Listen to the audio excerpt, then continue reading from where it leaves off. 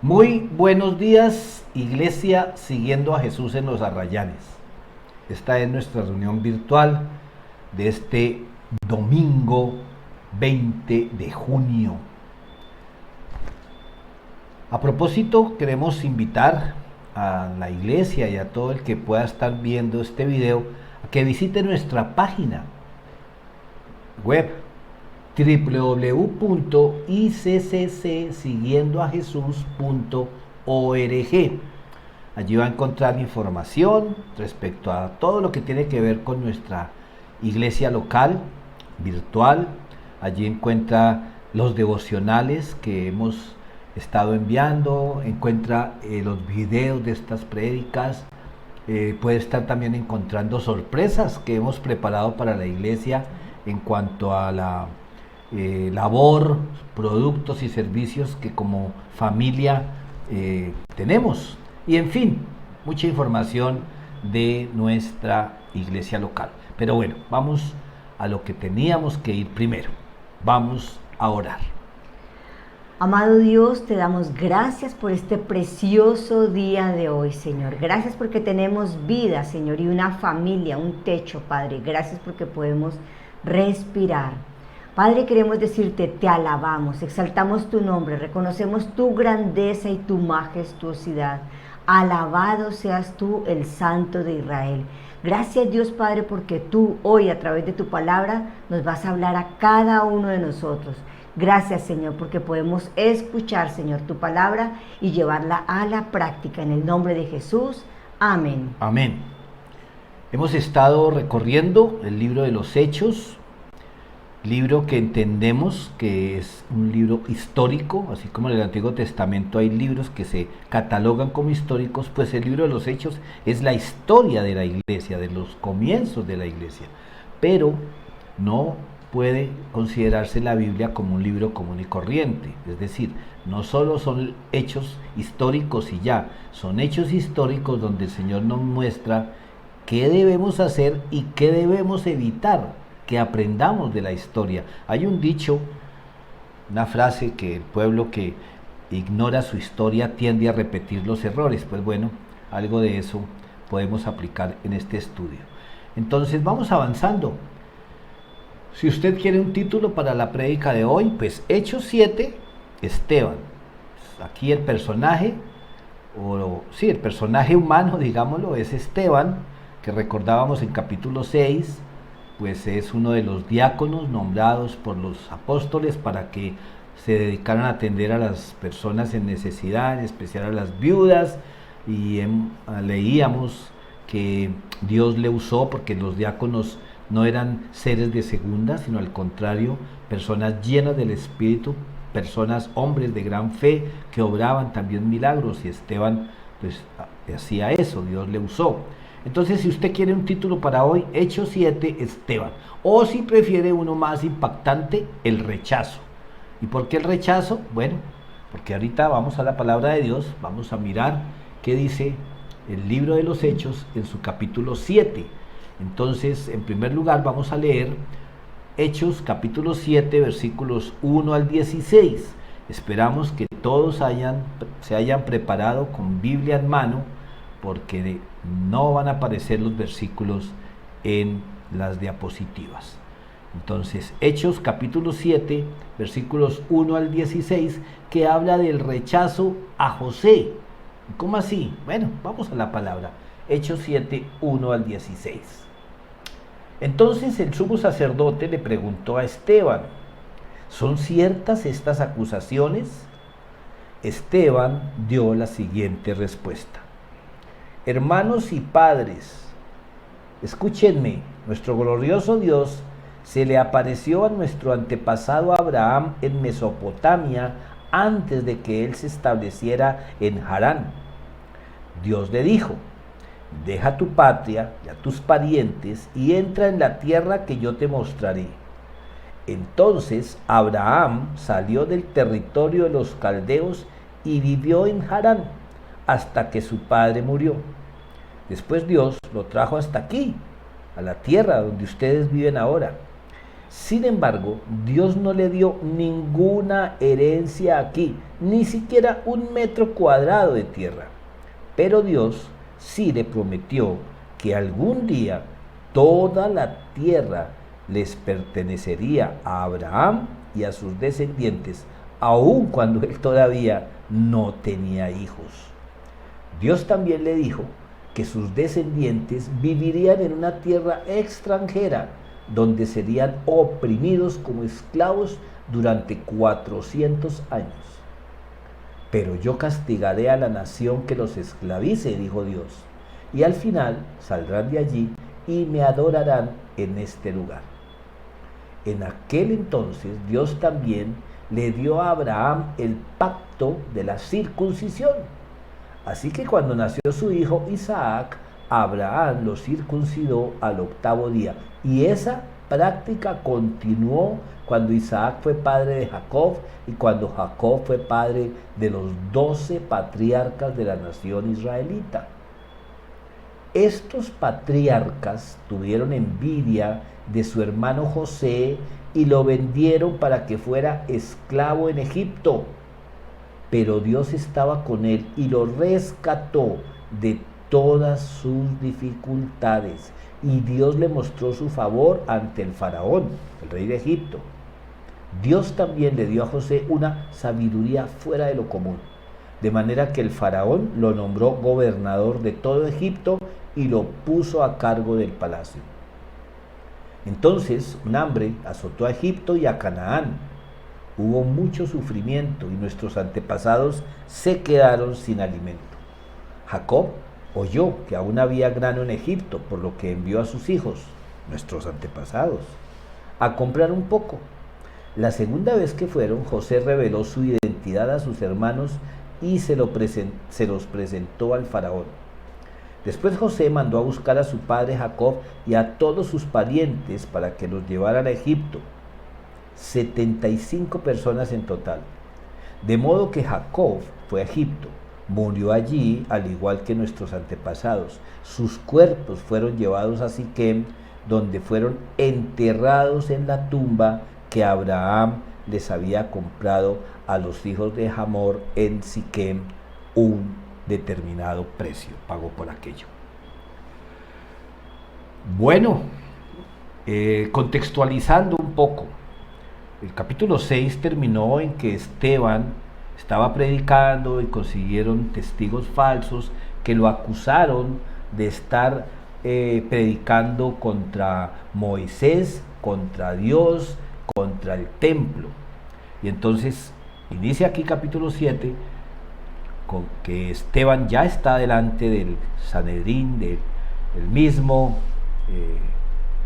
mismos jueces que tuvieron tal vez a Jesús, y el sumo sacerdote, tal vez Caifás, pues le pregunta, ¿son ciertas estas acusaciones que falsos testigos habían hecho?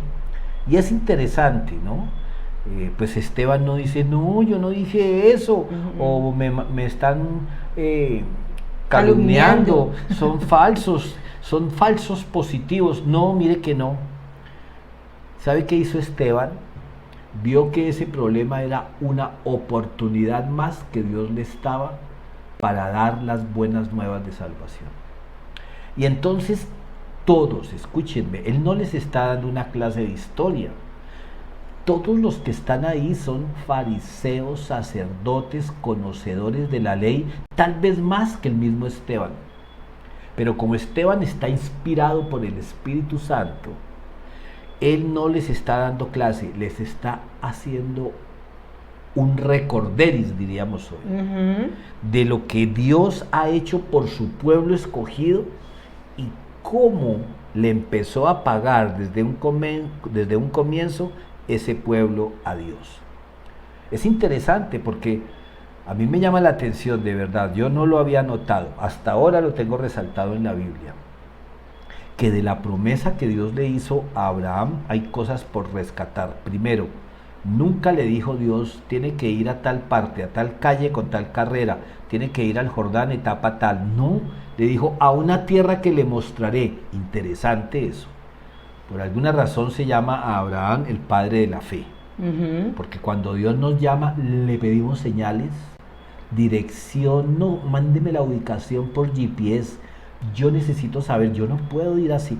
No, Abraham salió así. Lo otro que me llamó la atención y también lo resalté, es que de la tierra prometida a Abraham, dice que no le dio ni un lotecito, dice que no le dio un metro cuadrado en la Nueva Traducción. Mejor dicho, no le dio ni siquiera dónde poner un pie, dicen las otras traducciones. Porque a veces decimos, ¿no? Como el Señor prometió que la tierra que pisares será tuya. Entonces a veces entramos a un lugar que queremos y yo pongo mi pie aquí y le reclamo esto para mí. Oye, interesante, Abraham no le tocó nada. Seguramente muchas de las promesas que Dios nos ha hecho son para nuestros descendientes. Tal vez no disfrutemos. Es que es Dios el eterno, Dios el soberano. ¿Hay algo que te llame la atención de la lectura que acabamos de hacer, amor? Me llama la atención la forma en que los hermanos tratan a José. Ujú. Y ahí puede haber un paralelo con Jesús, porque asimismo los dirigentes judíos maltrataron a Jesús, pero todo lo de José fue para bien.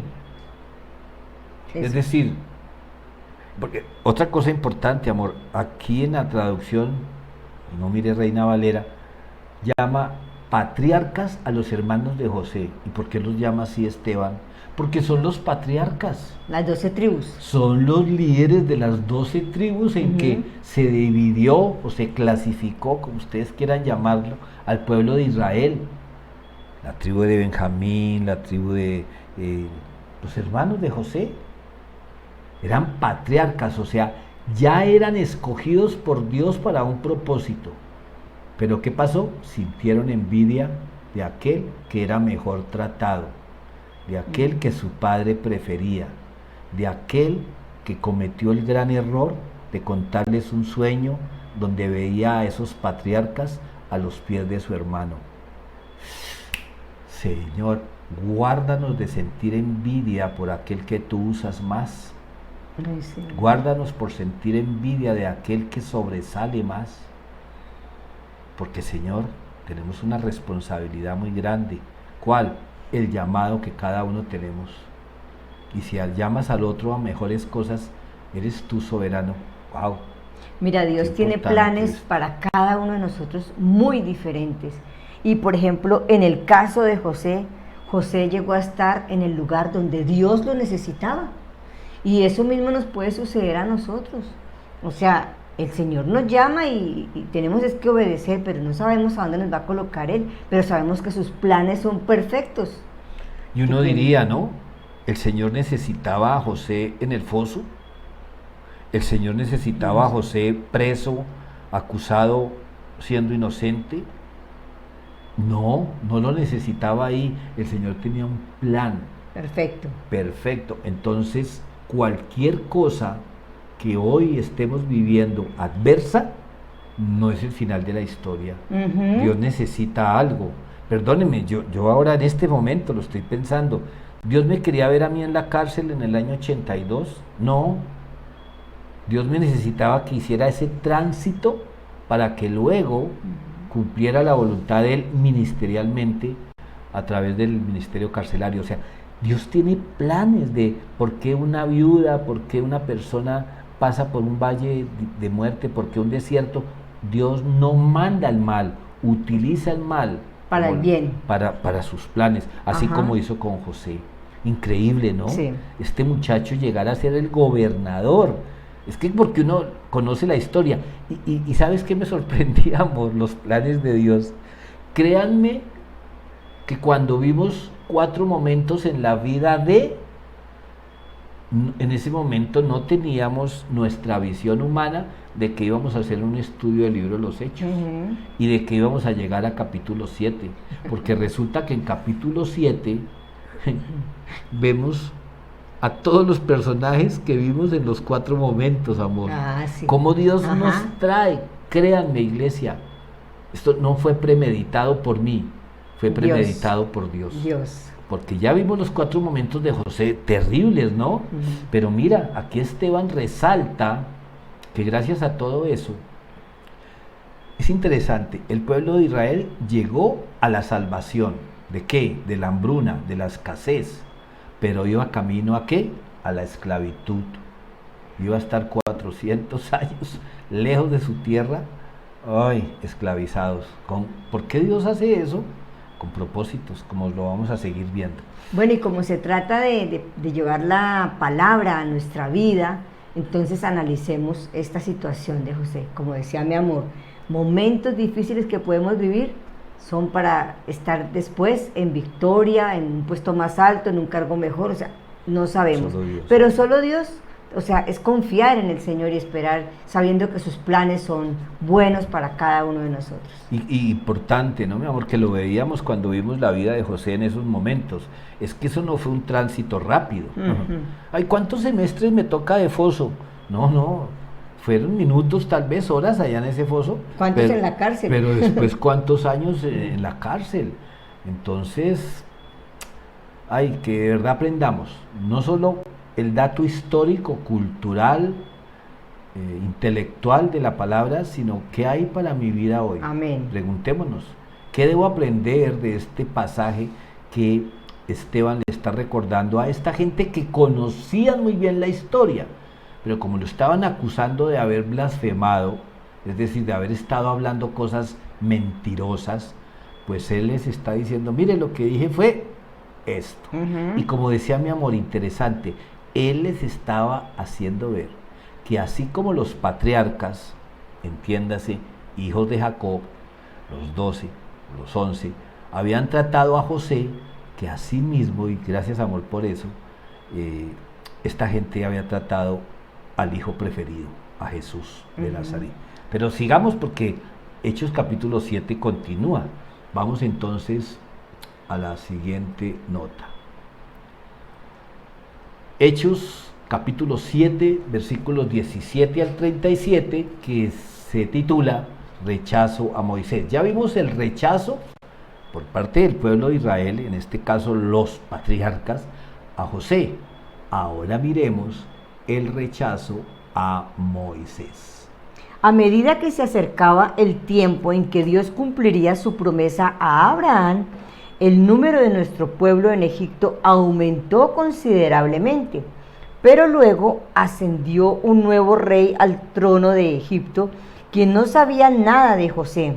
Este rey explotó a nuestro pueblo y lo oprimió y forzó a los padres a que abandonaran a sus recién nacidos para que murieran. En esos días nació Moisés, un hermoso niño a los ojos de Dios. Sus padres lo cuidaron en casa durante 3 meses. Cuando tuvieron que abandonarlo, la hija del faraón lo adoptó y lo crió como su propio hijo. A Moisés le enseñaron toda la sabiduría de los egipcios y era poderoso tanto en palabras como en acciones. Cierto día, cuando Moisés tenía 40 años, decidió visitar a sus parientes, el pueblo de Israel. Vio que un egipcio maltrataba a un israelita. Entonces Moisés salió en defensa del hombre y mató al egipcio para vengarlo. Moisés supuso que sus compatriotas israelitas se darían cuenta de que Dios lo había enviado para rescatarlos, pero no fue así. Al día siguiente los visitó de nuevo y vio que 2 hombres de Israel estaban peleando. Trató de ser un pacificador y les dijo: señores, ustedes son hermanos, ¿por qué se están peleando? Pero el hombre que era culpable empujó a Moisés.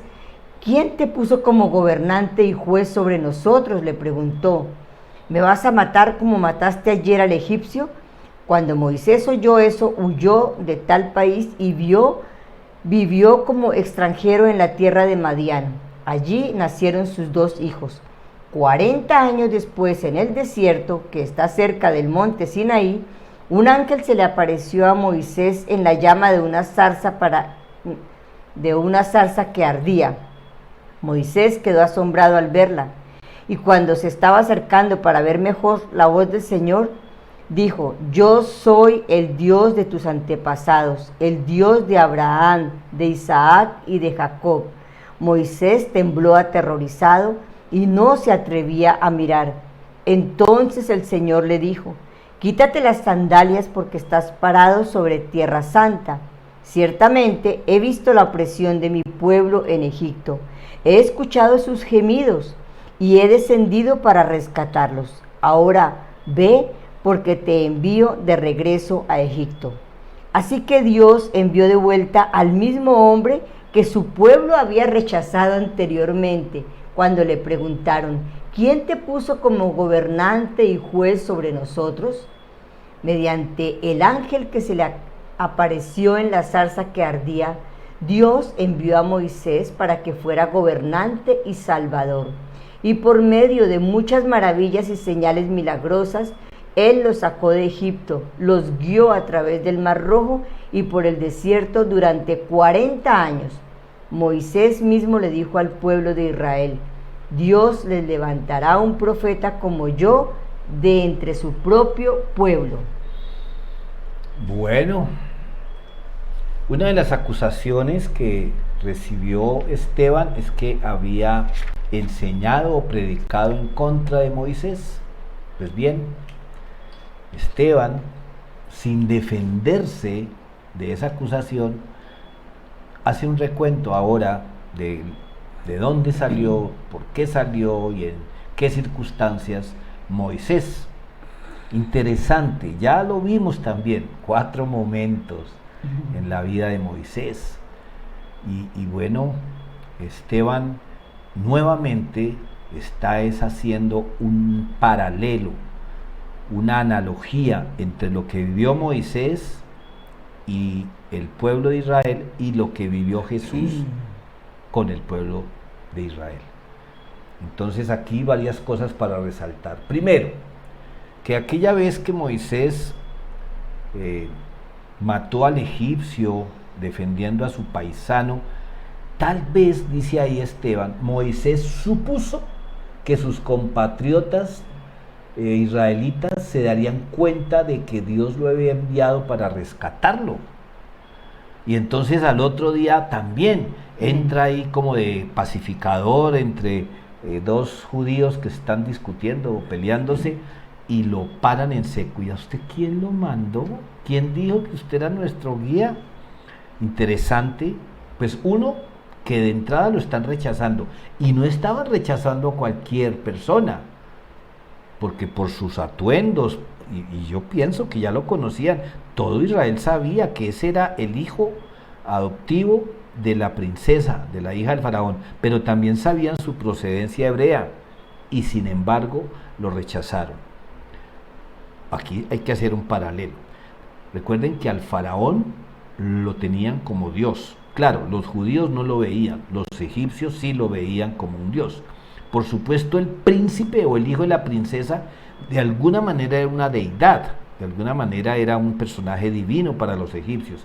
Y claro, eso producía rechazo de los judíos hacia él. Sin embargo, repito, fue rechazado cuando quiso hacer el bien. Aquí es una clara analogía, un tipo de Jesús, porque Jesús no vino aquí a condenar a nadie ni a juzgar a nadie. Jesús vino a salvarnos, a todos, incluyendo a los fariseos. Es que a veces pensamos que los fariseos eran del otro equipo. No, recuerden, los fariseos eran judíos, eran del pueblo de Dios. Ah, pero rechazaron a Jesús.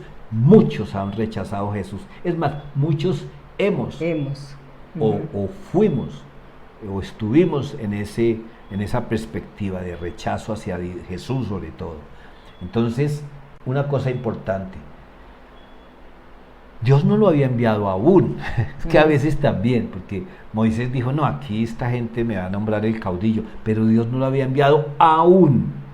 80 años después, mejor cuando ya tenía 80 años, que ya estaría, como diríamos, en tiempo de jubilación, el Señor lo llama y le dice, vuelva ya, que ahora sí va de parte mía.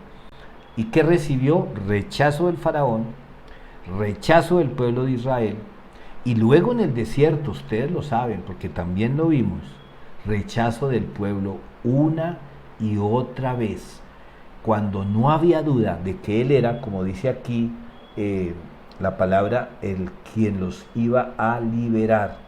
Dice en el versículo, ¿cuál es? 35, en su última parte. mediante el ángel que se le apareció en la zarza que ardía, Dios envió a Moisés para que fuera gobernante y salvador. Dios envió a su Hijo Jesús cuando vino a esta tierra para que fuera gobernante y salvador. Y los judíos, en especial los religiosos, rechazaron ese mandato divino. Bueno, yo aquí puedo ver que Dios estaba con Moisés desde su nacimiento, porque cuando lo colocaron en el agua, allá en esa canastica, el Señor estaba cuidando de él. ¿Y a dónde llegó? Llegó al palacio y allí él fue criado en sabiduría, porque estaba con los egipcios y fue criado con esa sabiduría y ese conocimiento de los egipcios. Y otra cosa que me llama la atención para llevarlo a la vida nuestra es que en nuestra familia, en los cercanos, nosotros a veces podemos ir a mediar en una situación difícil que haya en la familia y podemos ser rechazados. Pero más adelante nos van a hallar de pronto la razón, no sabemos, pero para ver eso también en esta situación de Moisés. Y el Señor nos estaba preparando para esto, porque recuerdas que en nuestra última enseñanza el Señor nos decía, bendecidos van a ser cuando los persigan, cuando los rechacen. Así es. Y pues no nos gusta ser rechazados, claro, a nadie, pero recordemos que cuando nos rechacen y nos odien a causa de Jesús, bendito sea el Señor, porque vamos a ser bendecidos. Y tal vez por las mismas personas que nos rechazan hoy, o por otros, o por nadie humanamente, por Dios. Pero interesante. Entonces, otra vez, aquí Esteban no está alardeando de su conocimiento. Les está diciendo, mire, no repitan la historia. O mejor dicho, ya la repitieron, rechazaron a Jesús como los patriarcas o los hermanos rechazaron a José. Ustedes rechazaron al enviado de Dios, o sea, Jesús, como el pueblo en su momento rechazó a Moisés, el enviado por Dios para que los liberara de la esclavitud y fuera su Salvador.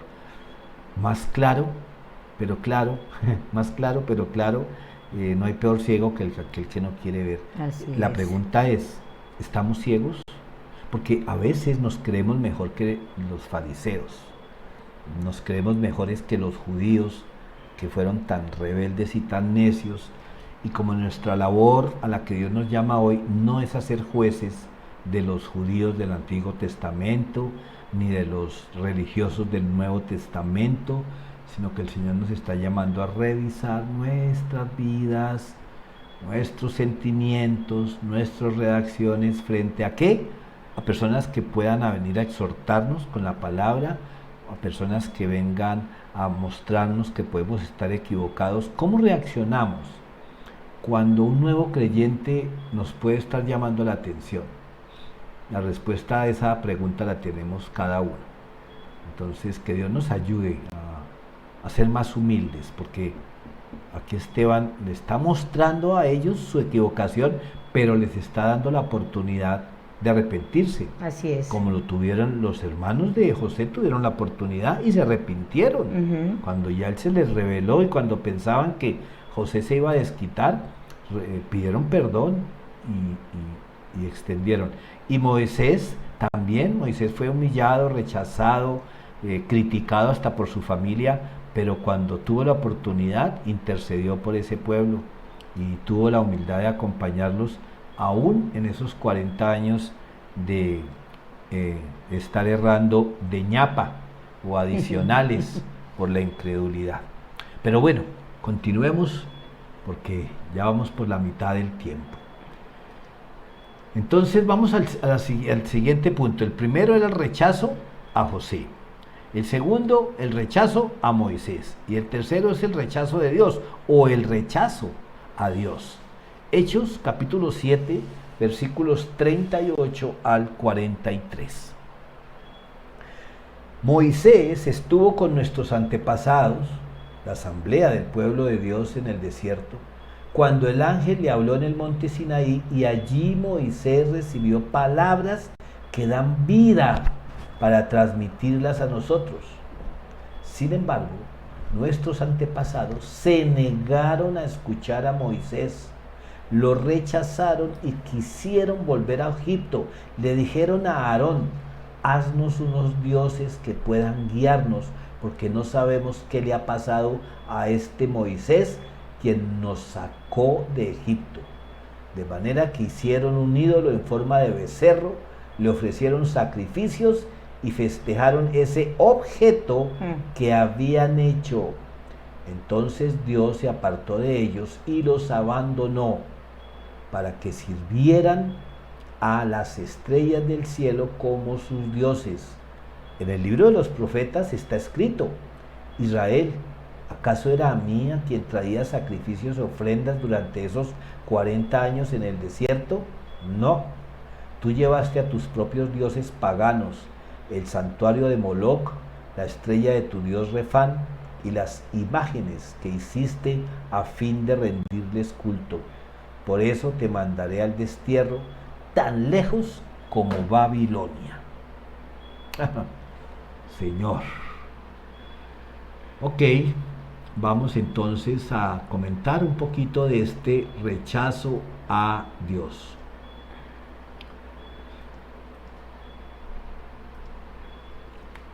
Dice ahí que estuvo con la asamblea, es decir, mira aquí lo importante de entender. Asamblea, ¿qué le suena a eso? A eclesia. ¿Recuerdan que eclesia es llamados afuera? ¿A qué fueron llevados Israel? Cuando Moisés habló con Faraón, ¿qué le dijo? Déjame llevar a mi pueblo al desierto para adorar a Dios. Estaban siendo santificados, apartados, llevados a un lugar para rendirle adoración a Dios. Y entonces construyeron el tabernáculo con ese fin. Sin embargo, aunque tenían tabernáculo y sabían que ahí estaba en el lugar santísimo la presencia de Dios, narra aquí, y esto es para analizarlo, por favor no me vayan a malinterpretar, que el Espíritu Santo hable y no tanto Pedro Morales. Dice ahí que cuando Moisés subió al Sinaí, fíjense que no dice fue delante de Dios a traernos los mandamientos o la ley, no. Mire que dice: cuando el ángel le habló en el monte Sinaí, y allí Moisés recibió palabras que dan vida para transmitirlas a nosotros. Esteban les está diciendo: dejen de mirar la ley como una carga. La ley es la verdadera sabiduría que proviene de Dios. Esa es la ley. Esa es la ley. O sea, la palabra de Dios no está hecha como un libro de prohibiciones. La palabra de Dios es la guía del Señor para traer vida a nuestra vida. Ya de ahí ya les está mostrando a los fariseos, a los escribas, a los sacerdotes, que habían desviado la ley y lo habían impuesto como una carga, que era lo que el Señor Jesús les recriminaba a los fariseos, que estaban haciendo sentir al pueblo que cumpliera un poco de cosas que ni los fariseos cumplían. Entonces, interesante aquí que dice que se negaron a escuchar a Moisés, lo rechazaron y quisieron volver a Egipto.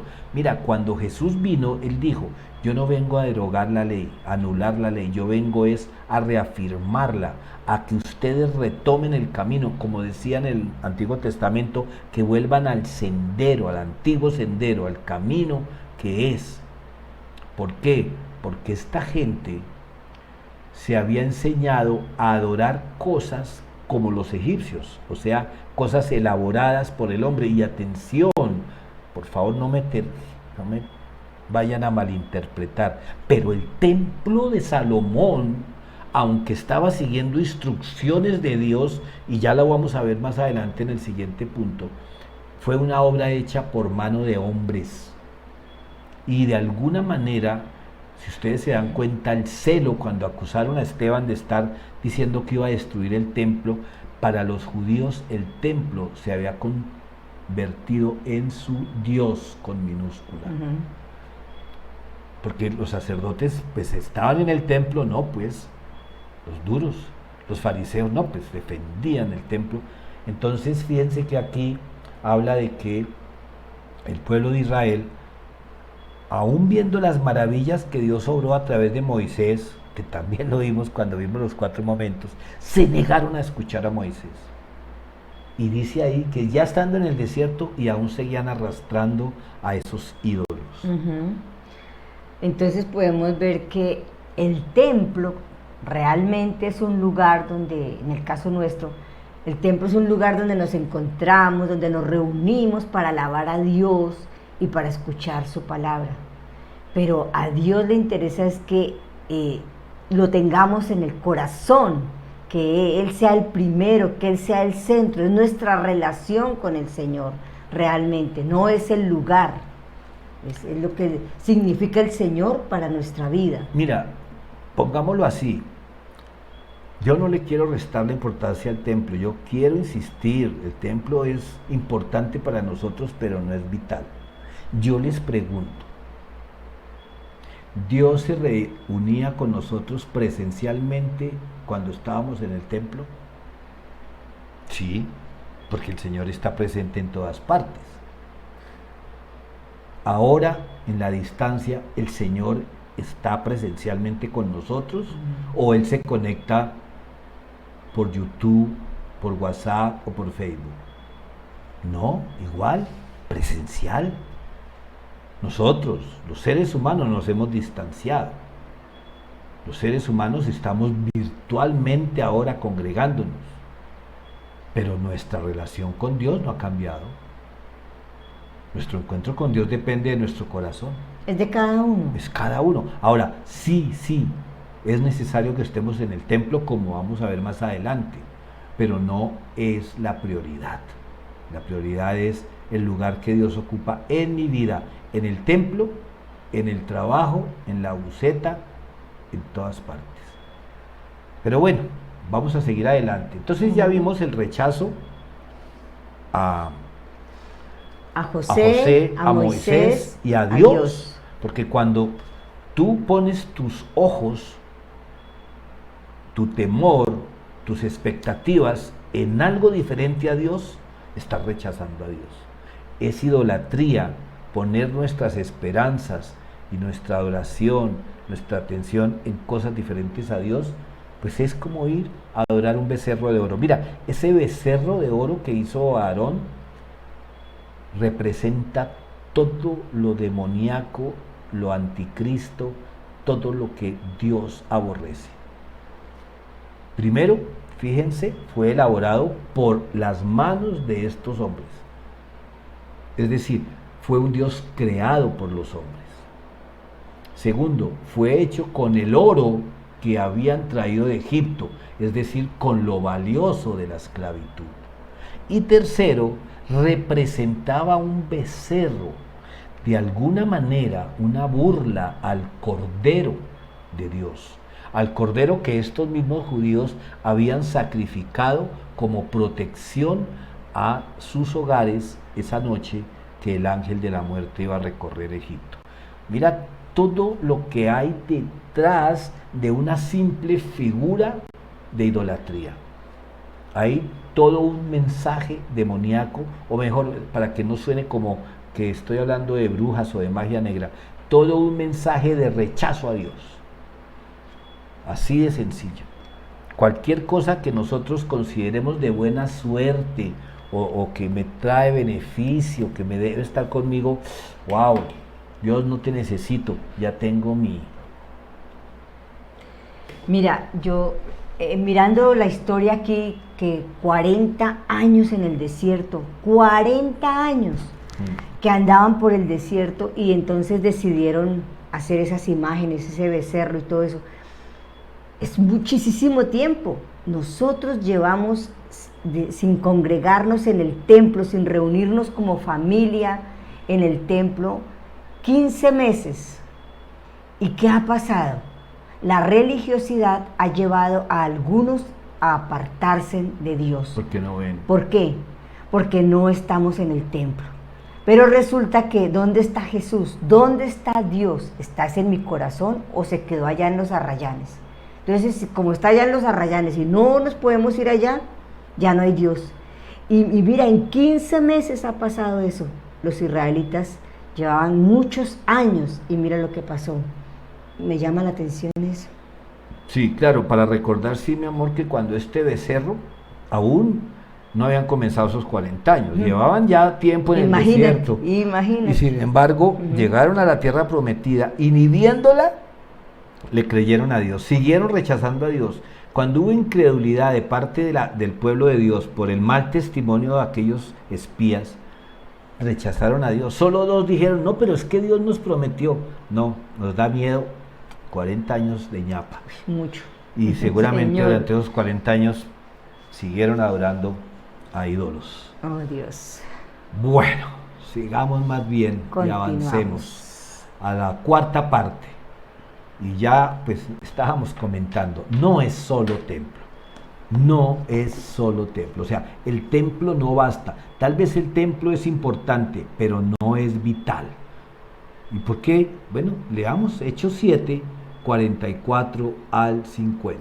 Nuestros antepasados llevaron el tabernáculo con ellos a través del desierto.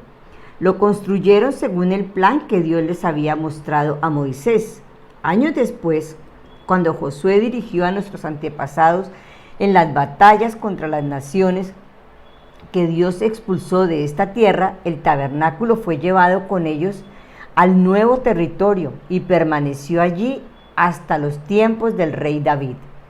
David obtuvo el favor de Dios y pidió tener el privilegio de construir un templo permanente para el Dios de Jacob, aunque en realidad fue Salomón quien lo construyó.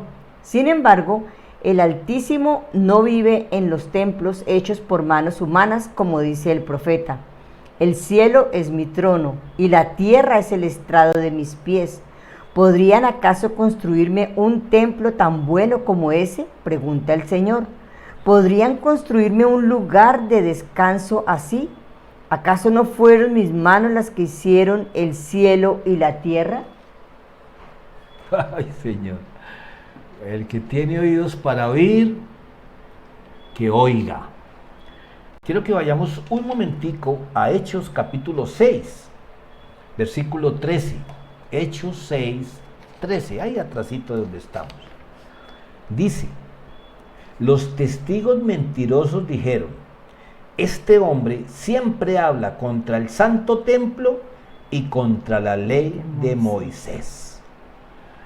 Entonces, ahora en su defensa, entre comillas, Esteban les está diciendo, sí, el templo, sí, el tabernáculo fue un mandato de Dios mientras estaban en el desierto, luego ya en la tierra prometida el tabernáculo fue llevado, a veces hasta mal, y por ahí hubo quienes murieron por meter las manos donde no debían, en fin.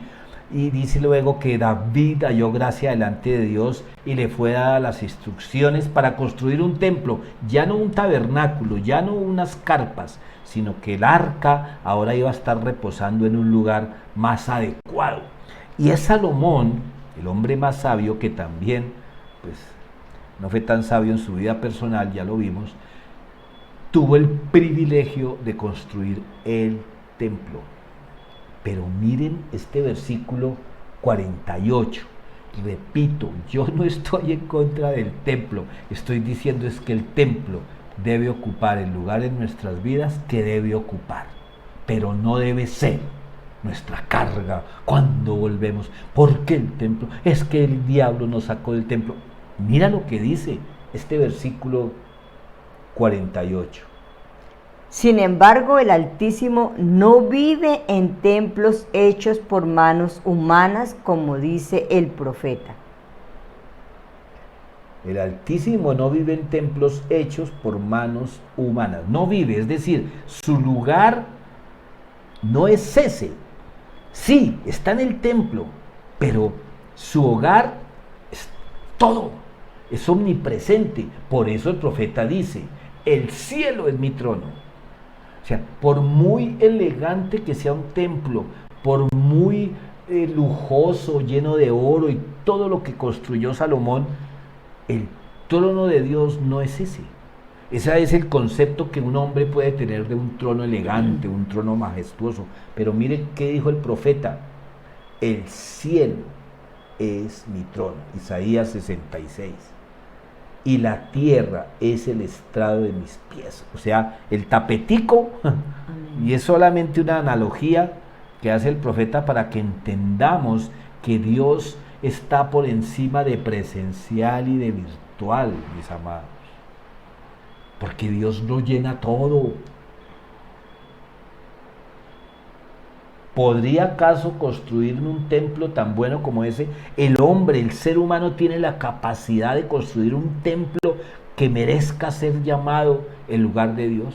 Por eso todos tenemos templos. Interesante. Los musulmanes tienen templos.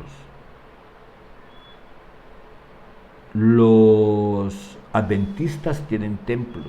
Los católicos tienen templos. Los cristianos evangélicos tenemos templos. ¿En dónde habita el Señor? ¿Dónde estará el Señor? ¿En todos? ¿Cómo así, pastor? Sí, porque mi Biblia dice que el Señor es omnipresente. ¿Recuerdan el Salmo? Si voy al cielo, allá estás tú. Si me meto bajo las piedras, ahí estás tú. Entonces, es que Dios es omnipresente. Repito, el templo sí es importante porque, como decía mi amor hace un momento, es el lugar donde nos convocamos, donde nos citamos para alabar a Dios juntos, para estudiar la palabra, para ¿qué más? ¿Qué más hacemos en el templo? Compartir Compartir, servirnos en amor, orar unos por otros. ¿Que lo podemos hacer virtualmente? Claro que sí, porque al fin y al cabo es la presencia de Dios. Entonces, como aquí dice en el versículo 13 de Hechos 6, este hombre siempre habla contra el santo templo. Pues sí, el templo es santo porque es apartado para Dios, pero realmente un templo vacío es lo que Dios quiere. No. ¿A Dios qué le interesa? Los corazones de los que están en el templo. Y el Señor Jesús vino y desenmascaró, cuestionó el corazón de todos los que iban al templo.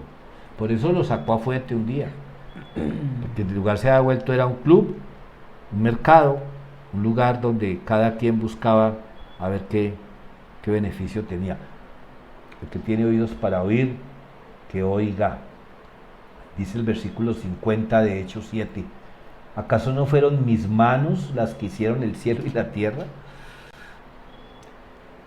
Dios nos está hablando, amados, y como le habló allá a los judíos, porque repito, el templo sí es importante, pero no es vital. Lo vital es mi relación con Dios en el templo y fuera de él. ¿Cómo estamos de tiempo? Vamos bien. Entonces, vamos para ya casi la última parte de nuestro recorrido por Hechos 7. Vimos rechazo a José, rechazo a Moisés, rechazo a Dios, el templo no es suficiente, y ahora vemos rechazo al Espíritu Santo. Uy, eso sí es fuerte, como es impactante esa imagen. Yo no sé si a ustedes les causa lo que me causó a mí. Pues esa imagen está, digamos, caricaturizando la imagen de aquellos tres miquitos que dicen yo no oigo, yo no veo, yo no digo. Aquí pues es mi actitud frente al Espíritu Santo, y vamos a leer entonces del versículo 51 al 60, y aquí Esteban se puso serio. Él venía como diciéndoles, a ver, miren la historia, estamos repitiendo lo que el pueblo hizo con los profetas, ustedes lo repitieron con Jesús, pero están a tiempo, pero aquí me tienen ustedes acusado de blasfemo por haber traído el mensaje de Jesús, el enviado de Dios. ¿Qué van a hacer? Pues miren lo que dice versículo 51 al 60. Pueblo terco, ustedes son paganos de corazón y sordos a la verdad. ¿Se resistirán para siempre al Espíritu Santo? Eso es lo que hicieron sus antepasados y ustedes también. Mencionen a un profeta a quien sus antepasados no hayan perseguido. Hasta mataron a los que predijeron la venida del justo, el Mesías a quienes ustedes traicionaron y asesinaron. Deliberadamente desobedecieron la ley de Dios a pesar de que la recibieron de manos de ángeles. Así termina el discurso de defensa de Esteban. Y entonces todos cayeron a los pies a arrepentirse porque el Espíritu Santo les había exhortado. Versículo 54. Los líderes judíos se enfurecieron por la acusación de Esteban y con rabia le mostraban los puños. Pero Esteban, lleno del Espíritu Santo, fijó la mirada en el cielo y vio la gloria de Dios y vio a Jesús de pie en el lugar de honor a la derecha de Dios. Y les dijo: miren, veo los cielos abiertos y al Hijo del Hombre de pie en el lugar de honor a la derecha de Dios. Entonces ellos se taparon los oídos con las manos y empezaron a gritar. Se lanzaron sobre él, lo arrastraron fuera de la ciudad y comenzaron a apedrearlo. Sus acusadores se quitaron las túnicas y las pusieron a los pies de un joven que se llamaba Saulo. Mientras lo apedreaban, Esteban oró: Señor Jesús, recibe mi espíritu. Cayó de rodillas gritando: Señor, no los culpes por este pecado. Dicho eso, murió. Oh Señor, la palabra del Señor nos está llamando hoy a revisar nuestras vidas, a revisar nuestra actitud frente a las situaciones del día a día. Fíjense que aquí Esteban no se va por las ramas, como dicen, sino que los confronta. Les dice: ¿se resistirán para siempre al Espíritu Santo? El pueblo de Israel fue el pueblo escogido por Dios desde cuando el Señor llamó a Abraham a que dejara todo por obedecerle. Y el Señor le dijo: tu descendencia será poderosa, y bendigo a quien te bendice y maldigo a quien te maldiga.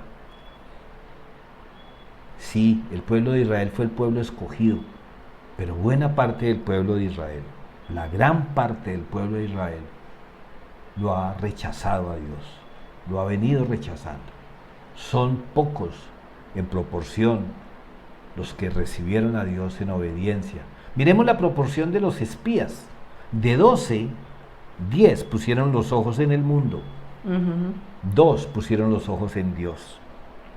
Miremos a los patriarcas: 12, 11 señalaron de envidia por uno que decidió obedecer a Dios. Y esa proporción sigue. Pero repito, nosotros no estamos aquí para juzgar a los hombres de la Biblia, quienes sí, quienes no pasan a otro nivel. No, Dios nos está mostrando hoy la historia para que miremos nuestra propia historia y no repitamos los errores de los demás.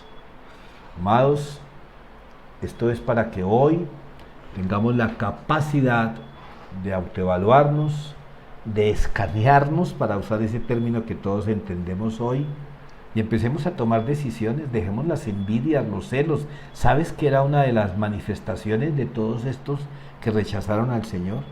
La envidia, el orgullo, la soberbia, la autosuficiencia. Yo sé Biblia, usted no tiene que venir a enseñarme.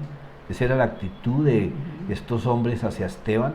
Se enfurecieron porque se dieron cuenta que el Espíritu Santo estaba de parte de Esteban. Una cosa importante para que analicemos nuestras actitudes: cuando nos llenamos de ira en una polémica, cuando recurrimos a la fuerza, al grito, ¿no será que nos está pasando lo que a ellos? Que cuando no tenemos argumentos para defender una postura en un diálogo, recurrimos a la violencia, a las vías de hecho. cuando gritamos a nuestra esposa o a nuestros hijos o a nuestros subalternos, ¿no será que ya no tenemos argumentos? ¿No será que nos quedamos sin la razón y nos imponemos por fuerza? Para analizar. Cuando tú empiezas a juzgar al hermano, a la hermana que sirve al Señor, ¿no será que te estás cosiendo las bendiciones que Dios derrama sobre esa persona para revisar? Amados, Dios nos está llamando a revisar nuestras vidas. Son tiempos difíciles, son tiempos en que muchos están partiendo a la presencia de Dios, personas muy cercanas.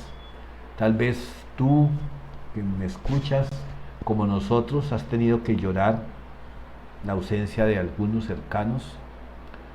La vida es efímera. En nuestra reunión de hombres últimamente hemos tenido esa confrontación del Señor.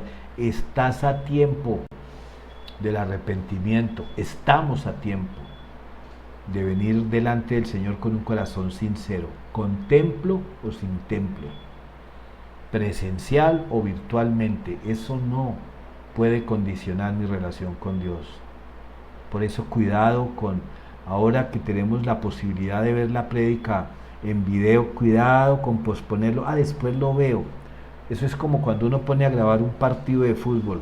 Tal vez haya algo más importante en ese momento, pero quiero ver el partido después, entonces yo lo grabo y lo veo después. Cuidado.